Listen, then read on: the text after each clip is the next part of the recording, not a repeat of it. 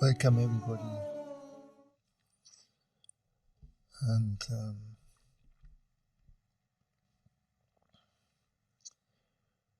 today we speak about the veils that hinder us to see people, to see reality. No. So, some of you have heard about the Course of Miracles probably, and the first exercise in the Course of Miracles is these things that I'm seeing from the position I'm into it now mean nothing.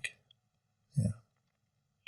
All the things, and you have to name them. You say, my laptop means nothing. My table means nothing. My sofa means nothing. My mirror means nothing. And so on and so on. No? And this is a very powerful exercise to understand what has really a meaning and what shouldn't have a meaning. Yeah. So the first meaning we give when we see a person, and for example they have a dog, yeah, and you enter in the house and comes a dog and jumps on you, no? Or says hello, then most people, they greet first the dog before they greet the person at home. Yeah. And when we see someone sitting in a Mercedes, we look first to the Mercedes and then we look to the person. Or someone has an expensive watch, we look to the watch, then we look to the person. We look to the clothes first before we look to people. And there is a famous Sufi story about it. And some of you may have heard it before, but it's a really good story. So good stories, we can tell them often. Yeah. So the Mullah Nasruddin has been invited to the feast of the king as an honorable guest. And he was only owning one dress, the dress he used every day. And he went with this dress to the palace, and there was the guardians. And he said to the guardians, I'm an honorable guest of the king. Please let me in. And the guardians looked at the mullah and said, yeah, you look like an honorable guest, you know, and we are the ministers of the king, and we just stay here for fun, you know. And so the mullah said, but I am an honorable guest, and I have an invitation from the king, so let me in. He said, come on, man, you look like a beggar. You're not going to enter here. Yeah. And so the mullah remembered that he had a friend who was once a minister of the king, and he went to his home and knocked his door, and then the friend opened and he said, oh, Omar, do you remember that you offered me this beautiful coat, this red coat that I denied when you offered it to me last year? He said, yes, of course. Are you ready to receive it now? He said, yes, I am actually now need the coat. So the friend came and gave him this coat, and this was really a spectacular coat. All velvet and with golden brochures and everything, and beautiful coat. So he went back to the feast, and when the guardians saw him, they didn't recognize that it was the mullah from before, and of course they opened the door. So the mullah went and came in the feast, and it was dinner time, and they served the soup. And mullah stood up, took the plate of his soup and poured it over his coat. And everyone looked and was thinking, my goodness, what happened to the mullah, you know? So after the noise came a little down, the mullah said, "Oh, coat, did you like this soup? I hope you liked it, because obviously it was made for you and not for me." Yeah. So very often we look to this kind of things, this kind of reality. We look to the outside, we look to the dresses, we look to the appearance. And the moment we do that, everyone feels not loved, but not only not loved, he feels not attended, he feels not seen. Yeah. And because we know that no one looks really at us, only a few people do, so we try everything to appear in a way that people look at us, isn't it? Yeah. And then we have all kinds of filters. The next is the speech. Like how does someone expresses himself? And for a good reason. Most traditions have very simple dresses. In many traditions it is just one dress. Yeah, for example, with the Buddhist people, usually they have just one dress. No? And this dress has not only the function because they are going on the road of poverty, no, or simplicity. This dress makes it clear that you do not have to look at it, because this is utterly simple and this has nothing. It is not specially cut or anything. It is the most simple dress, close to a sack than to a dress. And like this, they make sure that you look to the person rather than to the dress. No? So the next thing is speech, and the people who are often simply dressed, also they follow another tradition, and this is the tradition of silence. They don't speak. Yeah. Because the moment you speak, you will be judged on what you speak. It's unavoidable. You cannot prevent it. The moment you speak, people will run on your speech. Yeah. And whatever you say, it is not usually in your favor. Yeah. And for this reason, even in the legal law, when someone is accused, he has the right to be silent, so that he does not utter any word that might be against him or against her. No? And the first advice when you call your lawyer, yeah, you're in trouble, you call your lawyer, the first advice the lawyer always says, don't say anything. Don't speak. Speak or wait until I'm coming. Right? Because what you will say with most people, yeah, especially people that it is their profession to look for the bad thing inside of people, they will look any kind of inconsistency in the way you speak or what you will say, right?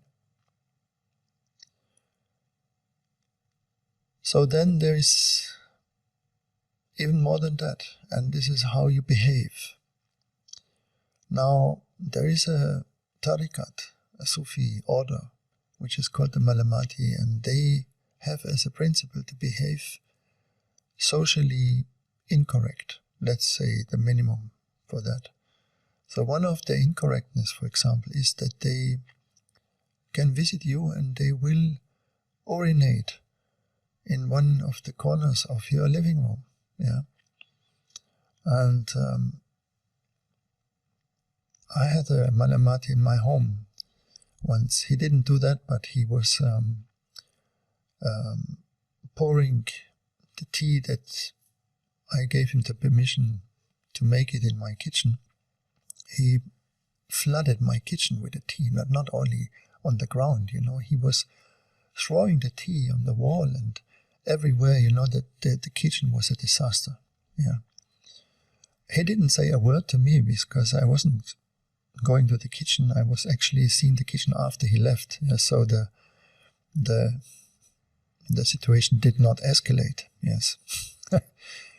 But this is the one thing they love to do. Or another thing is that they eat their own excrements in public. Yeah. And they are famous for that they eat their own excrements in public. So to make sure that people will not come close to them or think good about them. Yeah. That they just don't want to come anyone to them, so they do not follow this neediness of being attended or being understood or being loved or whatever, right? And in fact, I had a second meeting with the Manamatis, which was also very impressive. And it was in the monsoon time in India. And I received a call from a man that spoke, I don't know which language he spoke, but he spoke with such an enthusiasm to me, like for 15 minutes on the phone. And it was so enthusiastic that I listened to the speech, even though I did not understand a single word. But after the speech, there came another voice who spoke in English and said to me, this was my master, and he wants you to meet. Yeah. But he is in the center of India and it will take him 3 weeks to come to your place. Can you please wait? And I was thinking, why does it take him 3 weeks to come to my place? No, I was in Delhi. And he said then that he is only walking. Yeah. And sometimes he accepts that the farmer will take him with the ox car some kilometers maybe, but basically he has to walk. So I said, well then, okay. And it was just fitting somehow with my own schedule, right? So I said, whenever he arrives, he may call again and then we may meet. And the miracle happened and we met. And it was monsoon time. And it came out that they were in the neighborhood, which was a very poor neighborhood actually where I was in that moment. And all the streets were muddy and were not really in good conditions. So we came close to the house and there was a kind of long alley and I saw 4 dervishes standing there, And the moment they saw me, they were throwing themselves with their whole body into the mud. Yeah. All of them.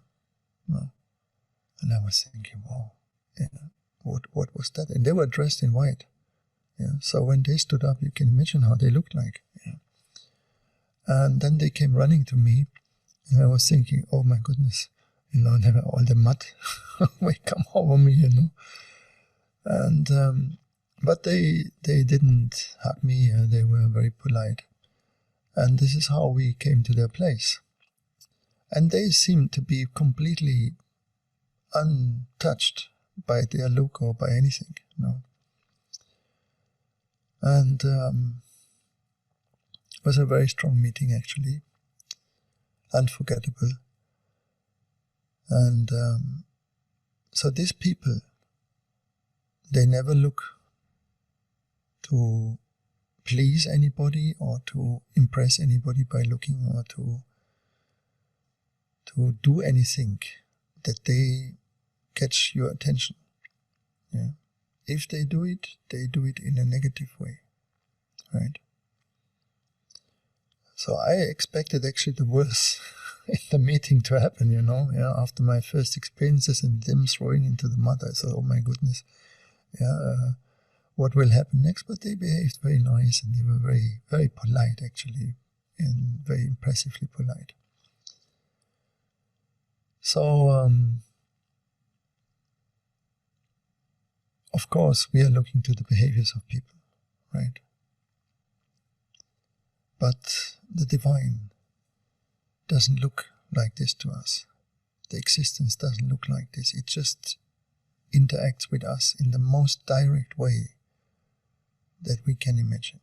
Yeah, it interacts beyond our thoughts, beyond our actions, beyond our emotions. It interacts with us. Yeah. Like the sun does interact with us beyond all that. Whatever we speak, whatever we show, whatever kind of behavior, there is not coming a astral flash from the sun to us and burns us in pieces, right? Or does any other thing. It is just untouched by the way we are. And you see, this is a reality.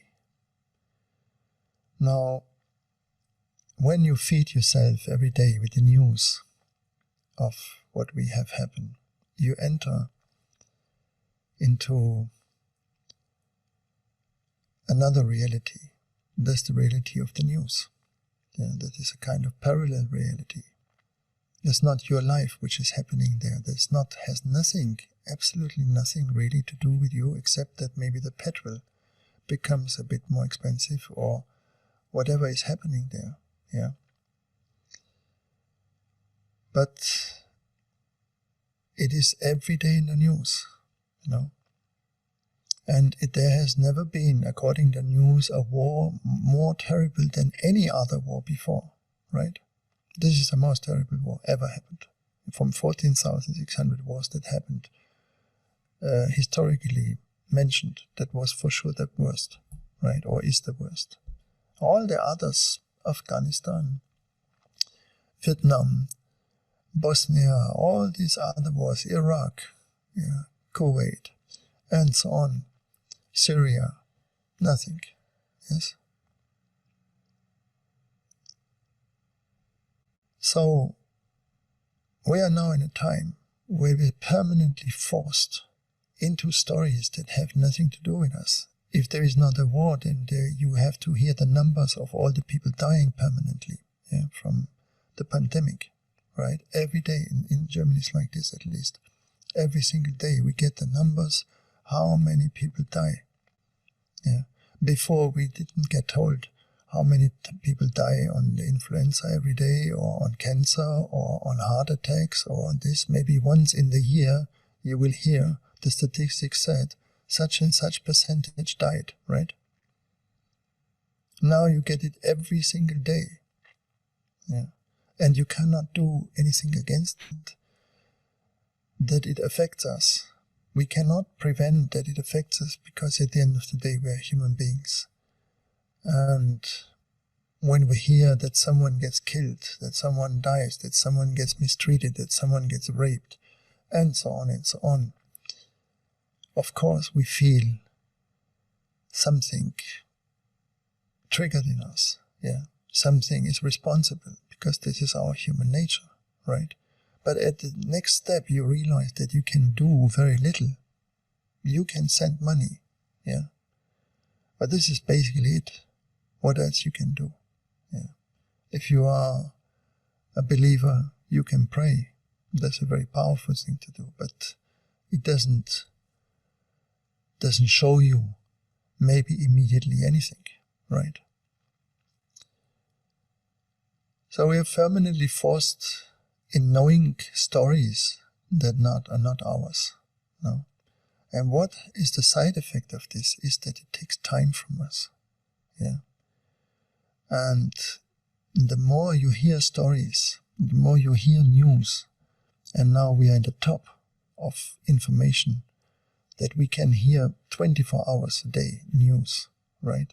From all over the world, through Twitter, through WhatsApp, through TikTok, and all, God knows what they are, all these names, Snapchat, or, yeah, I'm trying to appear a little bit modern here. So, what they do is that they take time from you. And so you have the feeling that the day is just racing next to you. Yeah, you get up, you get the news, and boom, you're in bed, right? And or we hear that the dollar goes up, goes down, goes up, goes down. Yeah, for 99% of people, it is completely irrelevant to know that the dollar goes up or down. Yeah. For what you have to know that? You know, those people for whom it is relevant, they don't listen to the news channel. They have their own specific news channel where they see it on their screens anyway. Yeah. Okay. Or business people who have to know such things. So most of the news that we get throw us in a parallel reality. Yeah. And this reality has a foundation, and this is fear. Yeah. And fear, beside that it is a painful emotion, it takes time.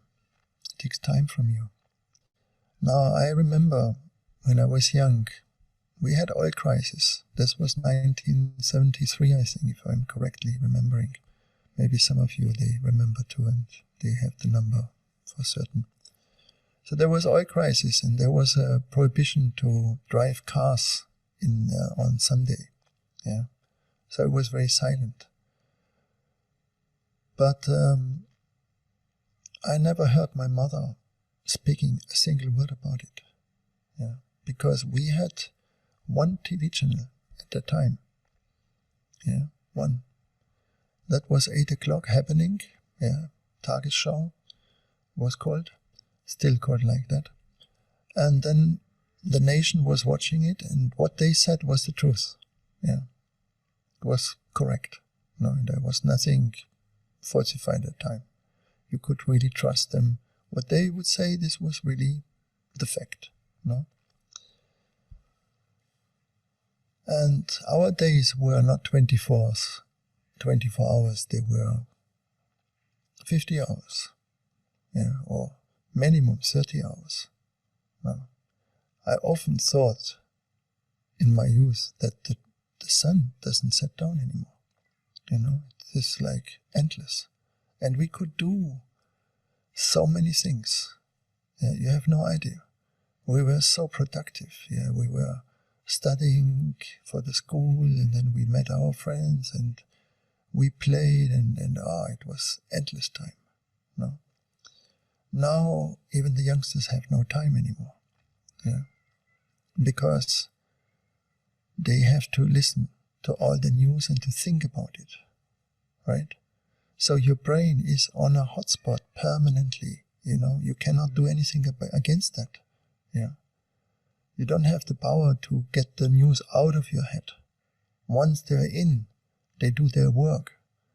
And this is why it is not really advisable for people, especially like us, yeah, that we are beginners, to hear all of that permanently. Okay? At the end, you lived a life that was full of informations, of news, but you missed it. And when the death comes to you, you will feel that you missed a lot of it. Yeah. That there is so much. Souls, when they pass away, let's say before their time, which are many, yeah, by a sickness which caught them early, by accidents, by whatever, or even people who lived quite a long time, they ask for more time. Yeah, that's what they ask. They ask for more time when you would, in this very moment, have a visit from the death angel, and he says to you, okay, my dear, you are now on the list and we have to take you. Yeah. That would be the first thing you ask. Yeah. You would say, I'm not ready yet. I cannot go now. Some of you may say, I have a small child. Yeah. But not every one of you has a small child. You are not ready to leave. No. And why not? why you are not ready to leave. Because you know there is a moment that you have to leave. No? And if you lived a life that was satisfying you, that was fulfilled by yourself, day by day, you have children, now they're grown up, whatever, and you have a career and so on, but yet you're not ready to go.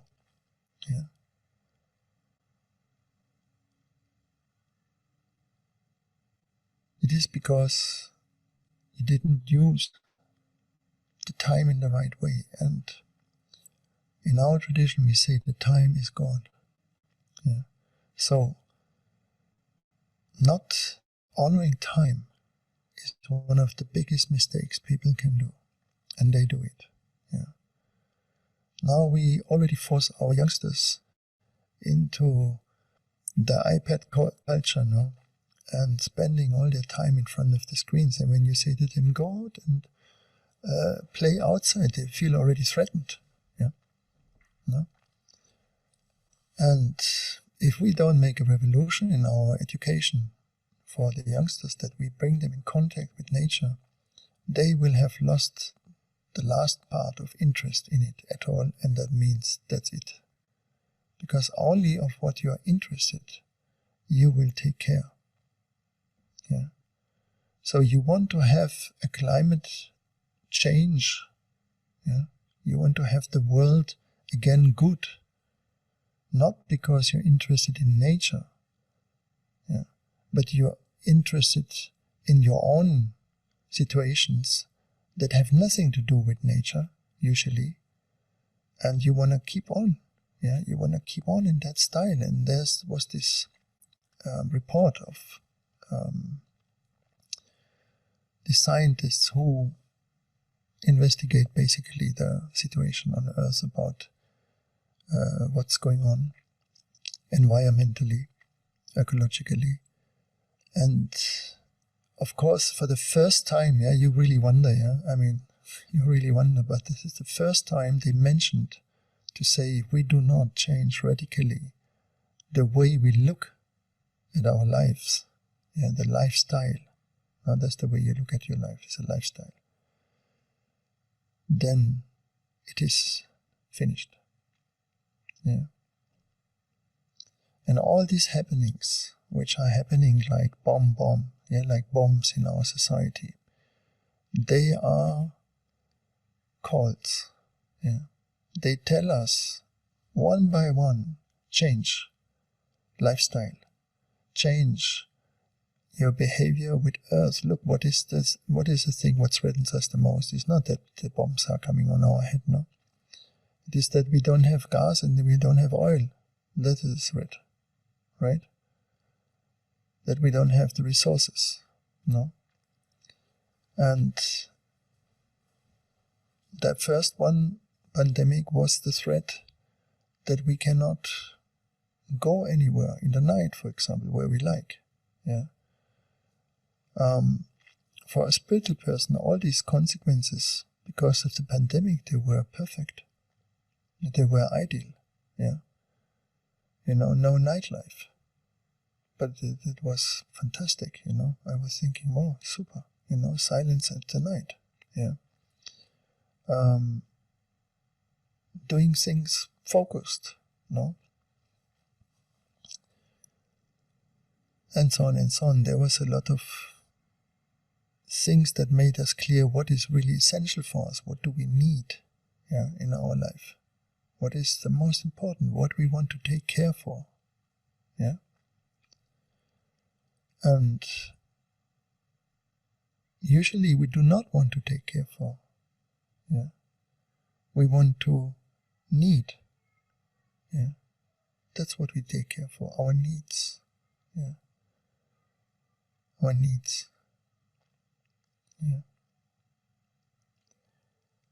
So I started to say that the things mean nothing. And there is another practicing in the Course of Miracles, and that goes with our thoughts. also mean nothing. Yeah. Right? Because, as we said before, what is meaningful is not what we think, is not what we eat, or what we behave, or what we wear. What is meaningful is how you are. Yeah. In the very moment. Every moment. How are you? That's why culturally this was the most important question in all traditions. We ask, how are you? Not what do you think? Or what do you feel? Yeah. How are you? Yeah. Right?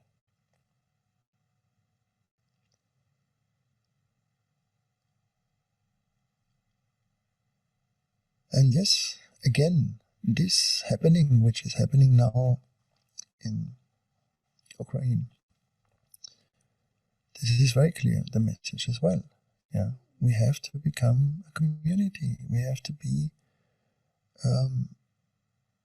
come away from our lifestyle, this global kind of thing, where we produce everything outside of our countries, 10,000 kilometers away from us, and we cannot sustain our own selves by the way we live. That is completely not healthy, right?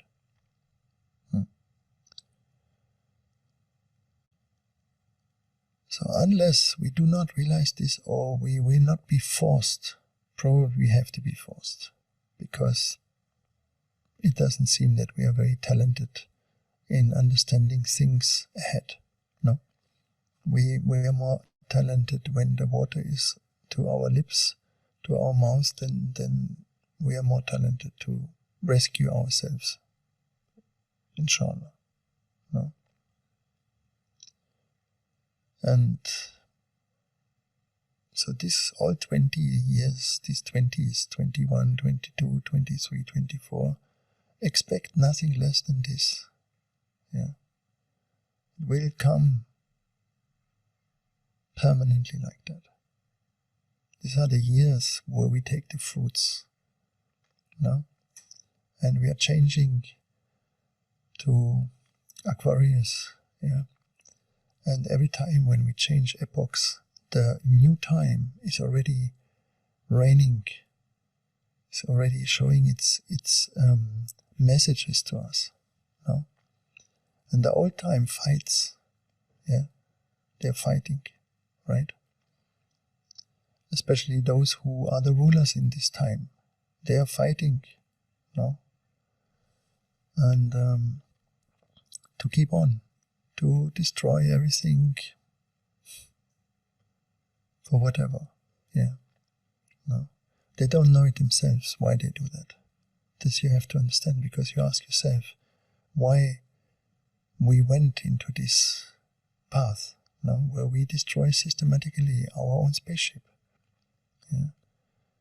And why do we do it?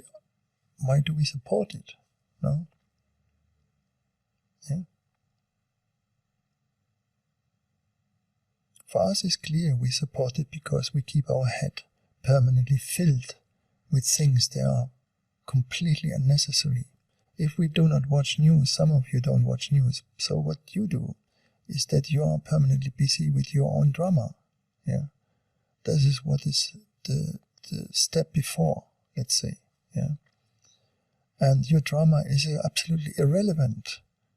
Right? This is the message that we also have to understand as the next thing which will come. It just doesn't care. Existence does not care about your drama. Yeah. It cares about you, not your drama, because you're not your drama. Okay? Yeah, you don't have existential problems, like no food, no shelter. Yeah. The existence cares about those things, existential problems. You have no problems. And deep inside of you, you know that, because you come with the sun. You are coming as a king and a queen here. Yeah. And you know that you are a totally different one. Yeah. Okay? So when we sleep, you get this information from the high sources that say to you, remember who you are. Remember what you are here for. Yeah. And you're not here to complain, to be in need, all day long. No, to be understood. That is not what you are here for. Turn it around. You are here to give. You are here to share. You are here to understand others. Yeah. Okay. You're here to love. No? That's what we're here for.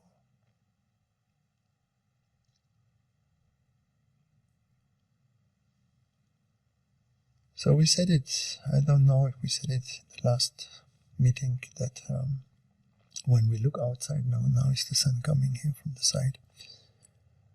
The sun and the moon have the same diameter on the sky. And when you look in the reality of it, the sun is about 400 times bigger than the moon. Yeah. But in our vision, it appears the same, because these are the two principles. Yeah, the moon is us, it's our embodiment, it's our everything, and the sun is the higher self. This is you as a king or a queen. Alright? And the moon depends from the sun, because it receives its light from it, and sometimes it gets all enlightened, almost. Yeah, half is always dark, but the front gets enlightened. No. So it is in competition. You are in competition with your sun. Yeah. This is the mythic battle. No. The darkness with the light. No. And the moon cannot say yes. He cannot commit to anything. Yeah. He can only say no. Yeah. It's a no sayer. Yeah, he says no to everything, permanently. No. Yeah, you wake up, and then what you say? Yes. No, you say no. Yeah, not like that, not this, not that. Yeah, no. And the sun is exactly the opposite. It can commit. Yeah, it says yes. It actually says it is. Yeah. And the moon is sad about what is not about what is. Yeah. The moon is not sad about what is. It is sad about what is not. Yeah. And to be sad about what is not is a craziness. Yeah. Because it's not. Yeah. You're sad about that the other one does not understand you. Yeah. Or that you're not rich, or that you're not looking like Greta Garbo, or I don't know if you know who was Greta Garbo. Yeah, she was really a famous beauty in the 50s. My mother was very much in love with Greta Garbo. Yeah. Everything is not. Yeah. This is not. Yeah. And what is, you miss it. Yeah. So the moon is also the one who says then permanently, we need to change. Everything has to change. No. Yeah. In Sufism we say, if you want to change something, it has 10 consequences. Yeah. Everything you want to change, consider 10 consequences. And often these consequences are 10 difficulties. No? We had a brother, or we still have him, and he had a beautiful flat, for some reason, he said, "Oh, the flat is 100 meters too far away from the forest. Yeah. Let's look for another flat." Yeah. And they had very nice neighbors, everything was happy, it was a good price, there was not really any reason to leave this flat. But you know how the moon is. Yeah, says, "Ma, this 100 meters not too close, it's too far from the forest." Yeah. And they love to walk in the forest, no? So they applied for the next flat. And the next flat was closer to the forest, very close. But they had a neighbor who hated them, yeah, and turned on his TV in the night and made everything to give them trouble, right? So finally they changed flat again. And they found a beautiful flat again. And then the owner said, after half a year now, "You have to leave because my daughter wants to move in." Yeah. So they went into an odyssey from flat to flat to flat to flat. Yeah. And this is what happens, yeah, when you want to change everything at all time. No?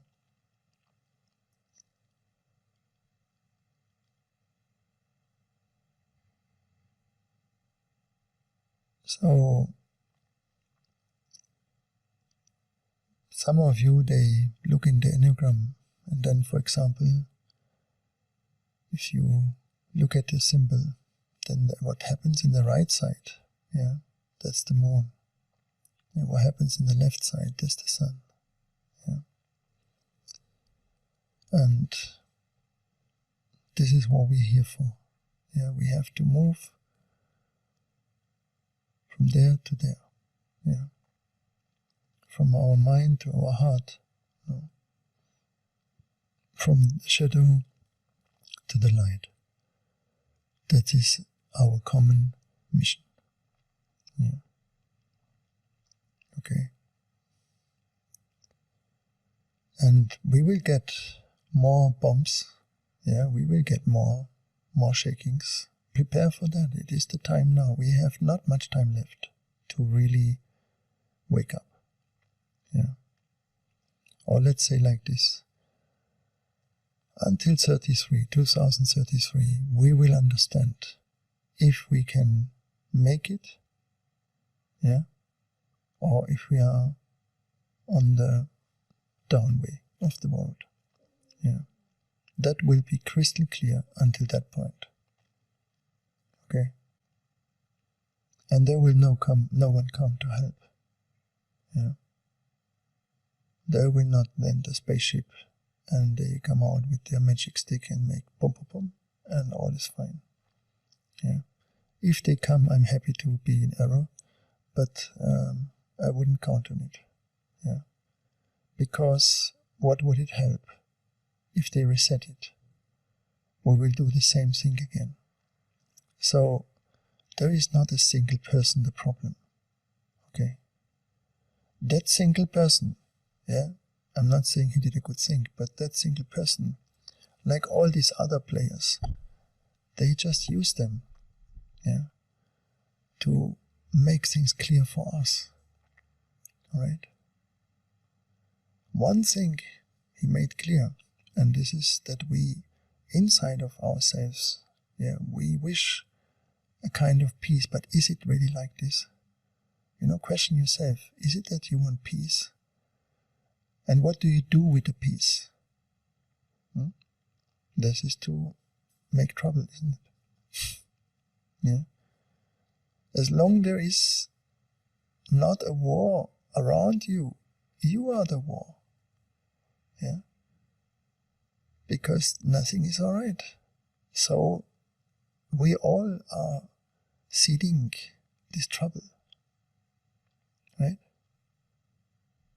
If they would multiply, let's say you're the only inhabitant, your character is the only character existing in this world.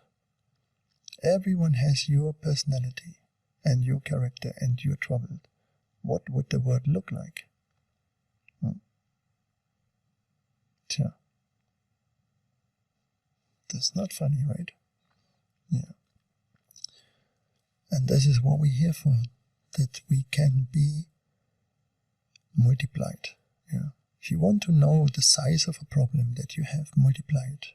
Just make it more, sink it in thousands, in millions. Then you know what is it. Yeah. Okay. But we are also still blessed, and this month is really, really blessed. Yeah. I hope that many of you are fasting. If not, start now. Start today with it. Because fasting is the cheapest medicine you can take in this world. Yeah. It is the one medicine that heals really everything. Yeah. And when we say fasting, we don't mean only fasting from physical food or drinking or sexual activities. We mean fasting from bad thinking, gossiping, from putting our fears into heads of others. Yeah. Putting our views, trying to convince people, whatever, all this we fast from, fighting with anybody, And we said it before in some other occasions that the constellation we have now is really a very unique constellation. It was the last time happening, 1856. And the constellation is Jupiter and Neptune in Pisces. Yeah. It's a very, very, very beneficial thing. And gives us a kind of opening. Yeah. Gives us the opportunity to close things which are not good for us and to open things that are good for us. To strengthen the things in our life which are valuable and meaningful, and to let go the things in our life which are meaningless and for no use. Alright? And when you fast, this is always a limitation that we put on ourselves, and this is a healing. Yeah. This is the healing, this is self-education. And you feel it when you fast, that you do something good, something right. And it makes you also aware how much time, for example, you spend for all kinds of what has to do with food and drinking and all other things, So fasting is an experience of time. You have time. Yeah. You can do much, much more things when you fast than when you not fast. Yeah, this is one of the beneficial effects. There is libraries about the beneficial effect of fasting. And they gave even somebody a Nobel Prize, because he found out fasting makes you healthy. 2021 they understood that, or 2020. It's good that they understood it now.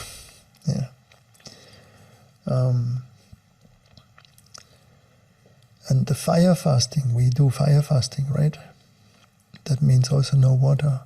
It's the most powerful medicine against infections, for example, that we all have infections because stress creates infections.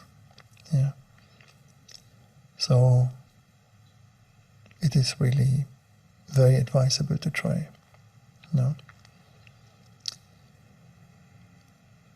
This is my hope, that we do things, more and more people do things, act in a way that supports their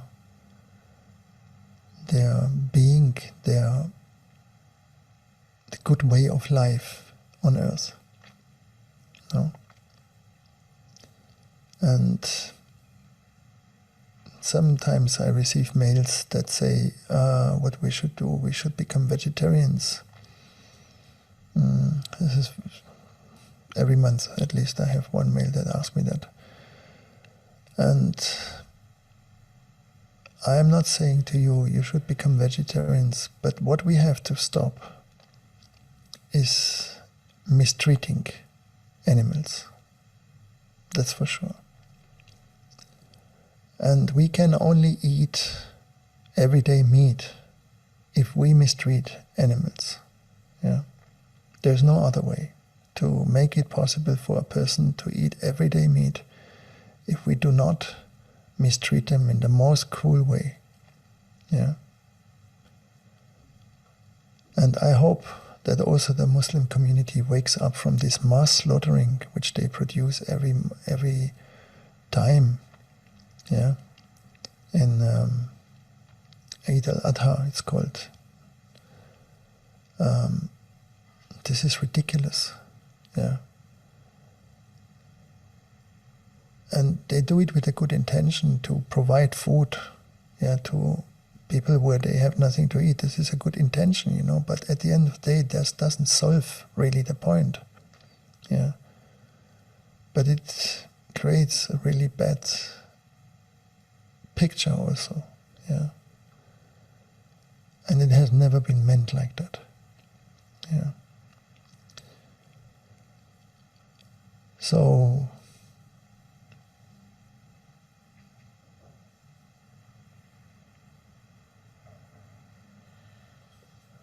try to practice not to look at the appearances of people, not to be impressed by any object, yeah, not to be ruled by it, right? And that will give you a lot of energy, and we need every energy now to get ourselves in action, yeah. So stay as happy as you can. Yeah, that is your contribution, the most important contribution, because happiness is intelligence. Yeah, and we need intelligence. A happy person can make happy decisions, can make good decisions for themselves and for others. An unhappy person cannot do that. Yeah. So that's the second mail I receive always, is how can we do the right decision? Yeah. How do I know this is the right decision? Be happy, become happy, and you will make it. Yeah. Become a happy person and you will make the best decisions in your lifetime. Alright? As long as you are unhappy, ask a happy one what you should decide. Yeah. Anyone who is happier will be a good advisor for you to say, oh, better do this or don't do it. Yeah. Alright? Good. So, thank you very much for your attention. And I'm always thankful that you're here. And I wish you the very best. And that you live meaningful and a happy life, because this is what will take us through all difficulties. Alright? And that your families are protected, and that if you have any sickness, that it is taken away from you for good, and that you find fulfillment in the highest destination in this life. Thank you so much, and thank you so much for your supports, and all the best. Yeah. If we don't hear before 8, then I wish you a very happy 8 as well. If we hear before, then we hear before. Thank you. Yeah. All the best, and stay. Keep the path. Yeah. Don't give up. All right. Good. Assalamu alaikum wa rahmatullahi wa barakatuh. Thank you.